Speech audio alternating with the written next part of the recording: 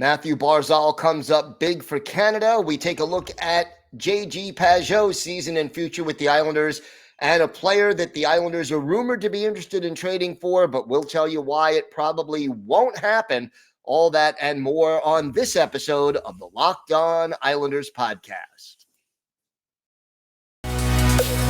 Your Locked On Islanders, your daily podcast on the New York Islanders. Part of the Locked On Podcast Network, your team every day.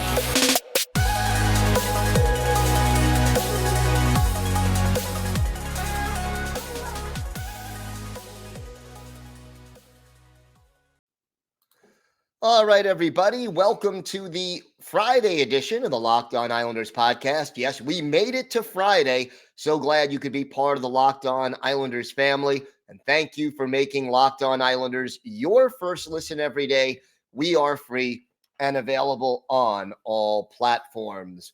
We have got a lot to discuss on today's show. But first, if you've got something Islanders related on your mind, if you have a question, a comment, maybe a subject you'd like us to talk about on the show, feel free to send us an email. The email address, lockedonislanders@gmail.com. And if you leave your first name and where you're from, we're happy to mention you on the show when we talk about whatever it is that's on your mind. You could also follow the show on Twitter at Locked On Isles, and you could follow me, Gil Martin, on Twitter at Ice Wars, NYR_VSNYI. We'll keep you up to date on all things Islanders throughout the offseason. Draft previews, trade rumors, free agency, everything that happens between now and the start of training camp in September. So stick with us throughout the offseason right here on Locked On Islanders. Some good news for the Islanders coming from the World Championships, and that is that Mathew Barzal came up big for Team Canada in their game against Sweden on Thursday. Barzal turning 25, and he was our Islanders' birthday of the day a day ago. Barzy got the game-tying goal in the quarterfinal match at the IIHF World Championships between Canada and Sweden. Canada ends up winning the game 4-3 in OT, and they will now take on Czechia in the semifinals. Now, Barzal had 2 assists coming into this game and really didn't do a lot, but with Canada down 3-2 and time running out, less than 2 minutes left, Coach Claude Julien pulls his goalie, goes for the extra attacker, and Barzal makes a backhanded wrist shot that ends up beating Linus Ullmark and ties the game with just a minute 23 left in regulation. That sends it to overtime, and William Nylander of Sweden takes a tripping penalty just 25 seconds into the extra session. That gives Canada a power play, and basically Barzal then makes a beautiful pass, sets up Drake Batherson of Ottawa, who makes the one-timer and ends the game. So for Batherson, it's his 3rd of the tournament, but for Barzal, the game-tying goal and then assisting on the game-winning goal, and Barzy was named Canada's player of the game. So congratulations to Mathew Barzal, and it's good to see Barzy playing well in the World Championships. And, you know, you got to get the feeling that on the larger rink that you see in the Olympics, in Europe, and in the World Championships, if you're playing on the larger rink, then realistically, that's going to benefit a player like Mathew Barzal, who just has such great skating ability. And, you know, when the rink is a little wider and he has a little more room to maneuver and isn't against the boards as quickly, that helps make Mathew Barzal that much more dangerous. So Canada into the semifinal round in large part due to a tying goal and an assist on the winning overtime goal by Islanders forward Mathew Barzal. So congratulations to Barzy for that. Wanted to briefly touch on another player that I've heard rumors about, that the Islanders, they're looking for that offensive dynamo. And one player that I saw mentioned in a couple of places was Patrick Kane of the Chicago Blackhawks. And I'll tell you, Kane, yeah, okay, he's 33. He'll be 34 in November. But he isn't showing very many signs of slowing down. He had 92 points in 78 games this year. 66 of them assists, but still 26 goals is solid. He had 33 goals in 70 games just a couple of years ago. Certainly a dynamo on the power play. 9 of his 26 goals came there, and 22 of his 66 assists. He could help in that respect. The age thing is a little bit of a concern. He is a 3-time Stanley Cup winner, has won a Conn Smythe trophy, an Art Ross trophy, a Hart trophy. This guy is going into the Hall of Fame, okay? There's no question about that. But the 3 reasons I think he would not be a great fit for the Islanders, even though he clearly adds leadership, he adds experience, he adds offensive abilities and helps the power play. Number 1 is age. He's going to slow down at some point in the not too distant future.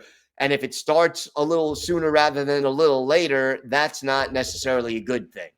Number 2, which is a little more substantive, Patrick Kane, yeah, he could still put in, let's say, 25 to 30 goals a year, but he is a better passer than he is a scorer. So, at least at this stage in his career. So, if you're looking for someone to put on a line with Mathew Barzal, Patrick Kane may not be the guy. His skill set, while it's a little different than Barzy, the passing aspect of it rather than the shooting aspect of it, I think has something to do with it. Now, he did take 287 shots in 78 games, which is a pretty impressive number. That's almost 4 shots a game. That benefits the Islanders, but to only have a 9.1 shooting percentage and 26 goals from those 287 shots, a little bit of a hesitation there. Again, the passing being even better than the shooting. But to me, the bigger aspect of it is this. You have a 33, almost 34-year-old forward who has a cap hit of $10.5 million. And yeah, the Blackhawks are rebuilding and they may be looking to move on from Kane, even though they probably would. It would be a PR disaster for that team.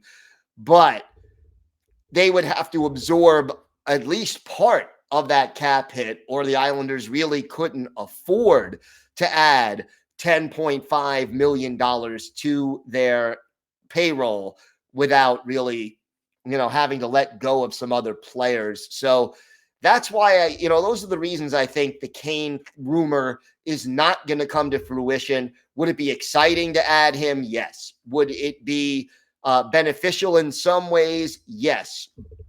Would he be a good fit leadership-wise, experience-wise? He'll play that two-way game, sure, but with the cap hit, his style of play, and just the fact that he probably wouldn't help Mathew Barzal as much as some other players who have been rumored to be acquired by the Islanders, I don't think Kane is coming here. And the biggest reason of those 3 by far is the cap hit. We've got a lot more to discuss on today's show. JG Pageau, everybody's favorite third-line center. What was his season like? What is his future like with the Islanders? We'll talk about that and a lot more coming up on this episode of the Locked On Islanders podcast. Today's episode is brought to you by Athletic Greens. Our next partner has a product I literally use every day.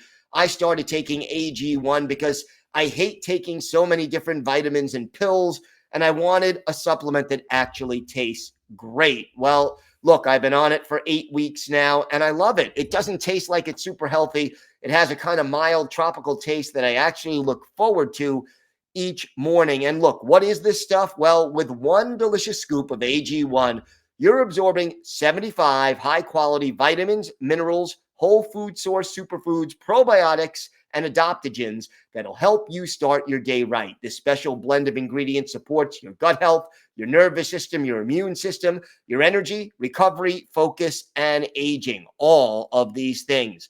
And it's lifestyle friendly, whether you eat keto, paleo, vegan, dairy-free, or gluten-free. It contains less than 1 gram of sugar, no GMOs, no nasty chemicals or artificial anything, while still tasting good. And it costs you less than $3 a day. You're investing in your health, and it's cheaper than your cold brew habit. Right now, it's time to reclaim your health and arm your immune system with convenient daily nutrition. It's just 1 scoop in a cup of water every day, and that's it. No need for a million different pills and supplements to look out for your health. And to make it easy, Athletic Greens is going to give you a free 1-year supply of immune-supporting vitamin D and 5 free travel packs with your first purchase. All you have to do is visit athleticgreens.com/NHL Network. Again, that is athleticgreens.com/NHL Network to take ownership over your health and pick up the ultimate daily nutritional insurance. Thank you for making Locked On Islanders your first listen. For your next listen, check out the Locked On Now podcast, nightly recaps of every NHL game with analysis from our local experts. It's free and available wherever you get podcasts. Right now, we're going to continue our player-by-player look at the Islanders roster. Today, JG Pageau, Jean-Gabriel Pageau, playing right now in his second full season with the Islanders, his third partial season with the Islanders. He was acquired at the trade deadline in 2019, 2020. And this year, a little bit of a disappointment, I would say. In 77 games, Pageau with 18 goals, 21 assists for 39 points. He was even at plus minus and had 30 penalty minutes. The thing about JG Pageau that the Islanders coaching staff loves and that I really like is his versatility. He averaged 17 minutes and 40 seconds of ice time, and that's a high number for a third line forward. Why does JG Pageau have so much ice time? Well, it's because of the versatility that I mentioned just a minute ago. JG Pageau had 4 power play goals and 3 power play assists. He is a very good fit on the second power play unit, but he also kills penalties.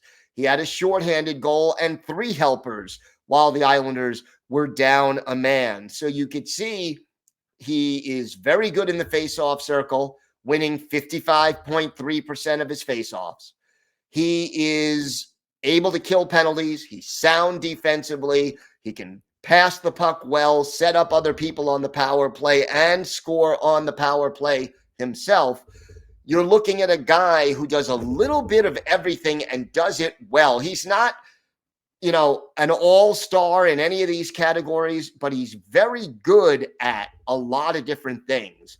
He gives you some leadership in the locker room, and JG Pageau, he has gotten votes for the Selke Trophy, none this year with the Islanders struggling as they did, but, he is one of the better defensive forwards in the league, and he'll give you those quality minutes, can step up to the second line if you need him, maybe even the first line in a pinch, and really is a solid contributor all the way through. Now, Pageau will turn 30 in November, but barring a very unforeseen development, you have to figure that JG Pageau is right back on the Islanders' third line as their center next season. Could he see perhaps a little less time on the power play, depending on who the Islanders may acquire in a trade to get that goal scorer that we've been talking about so much this offseason? Maybe, but he's going to continue to take big face-offs. He's going to continue to kill penalties. He'll see time on the power play occasionally, even if it may be a little bit less than what he's been accustomed to so far. And again, in the locker room, Pageau is a leader. He's experienced. He gives you everything he's got over the course of a game and isn't afraid to block shots, to be physical, to back check. He had 171 hits this year in 77 games. That's 2.5 per game. Not bad for someone who's not on the identity line, and that's a career high for JG Pageau. So got to figure you're going to see a lot more of JG Pageau. He's got a few years left on his contract. And for most Islander fans, you know what? That is just flat out good news. So JG Pageau, still a part of this team. Would I say he's part of the core? Well, when you say someone's part of the core, that means they're untradeable. I wouldn't go quite that far with Pageau. But at the same time, I think he's sort of that next category. Someone that, unless you get an offer that, you really need to include Pageau to pull off a blockbuster trade, or someone offers you some kind of a deal that Lou Lamoriello just can't refuse, I don't think they have any great desire to move Jean-Gabriel Pageau. So Pageau probably going to be back. And again, he was right near that 20-goal mark this year. He's certainly capable of putting up slightly better offensive numbers. But overall, JG Pageau, maybe a little below expectations this year, but solid all the way around. And if I'm saying he didn't meet expectations, I'm kind of nitpicking a little bit because, there are 31 other coaches in this league, and I think almost all of them would love to have a player like Pageau on their team. We have got more to get to on this episode of the Locked On Islanders podcast. Our Islanders birthday of the day, one of the few NHL players born in South Korea. Let's see if you can guess who that is. All that and more still to come on the Locked On Islanders podcast. Today's episode is brought to you by our friends at BetOnline. BetOnline continues to be the number one source for all your betting needs and sports info. You can find all the latest odds, news, and sports developments, including this year's basketball playoffs, the Stanley Cup playoffs, Major League Baseball scores, fights, and even next year's NFL futures. BetOnline is your continued source for all your sports wagering information, from live betting to playoffs, esports, and more. You can head to the website today or use your mobile device to learn more about the trends and action. BetOnline, where the game starts.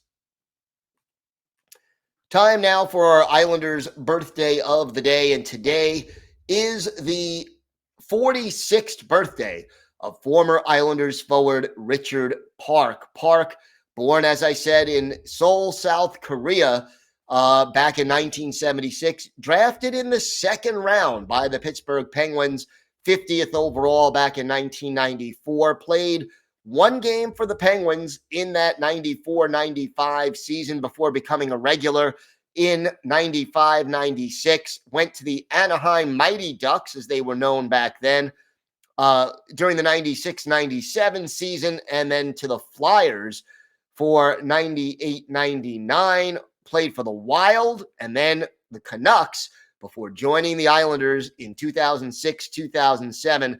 Spent 4 seasons on the island before going back to the Penguins and closing out his pro career in Switzerland. But here's what you got with Richard Park. Park was a great third or fourth line forward. He played solid positional defense, didn't take very many penalties, was smart with the puck, could pass the puck, could kill penalties, could pinch in a little bit on the second power play unit if you needed him to.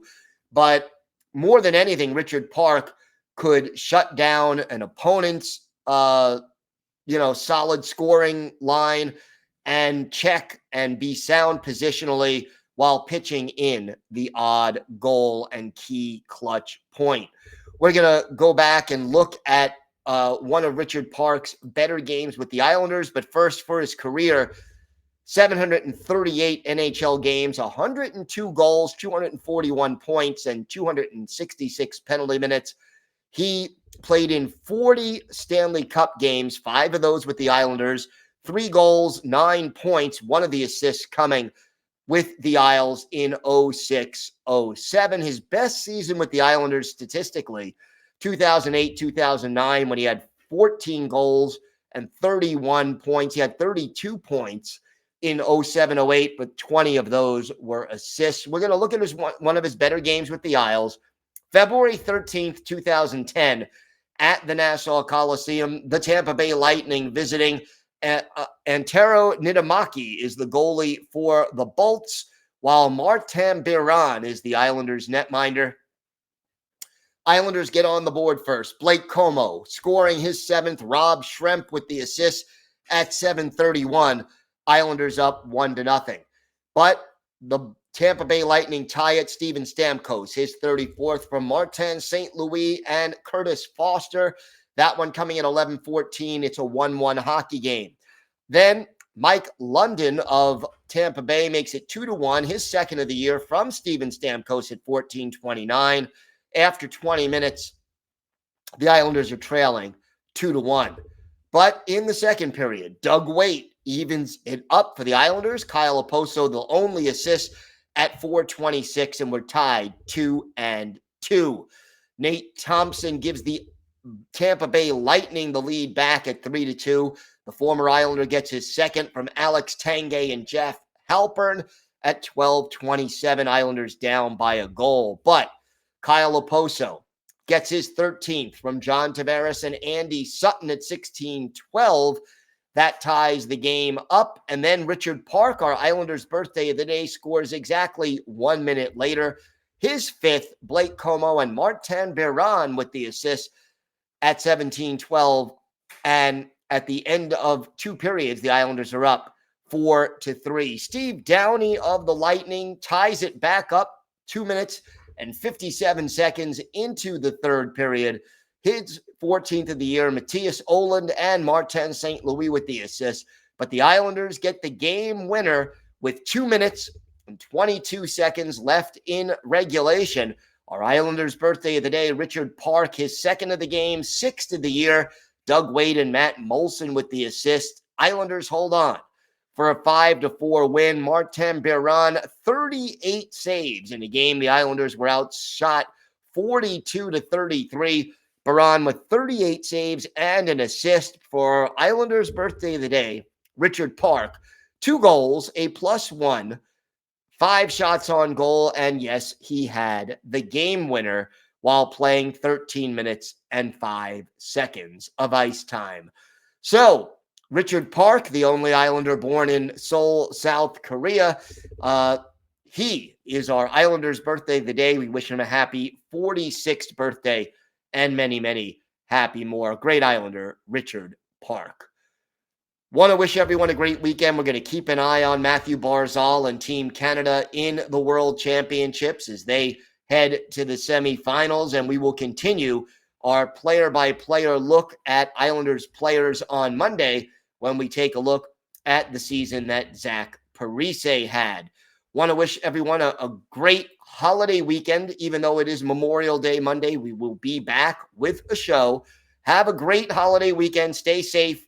And of course, let's go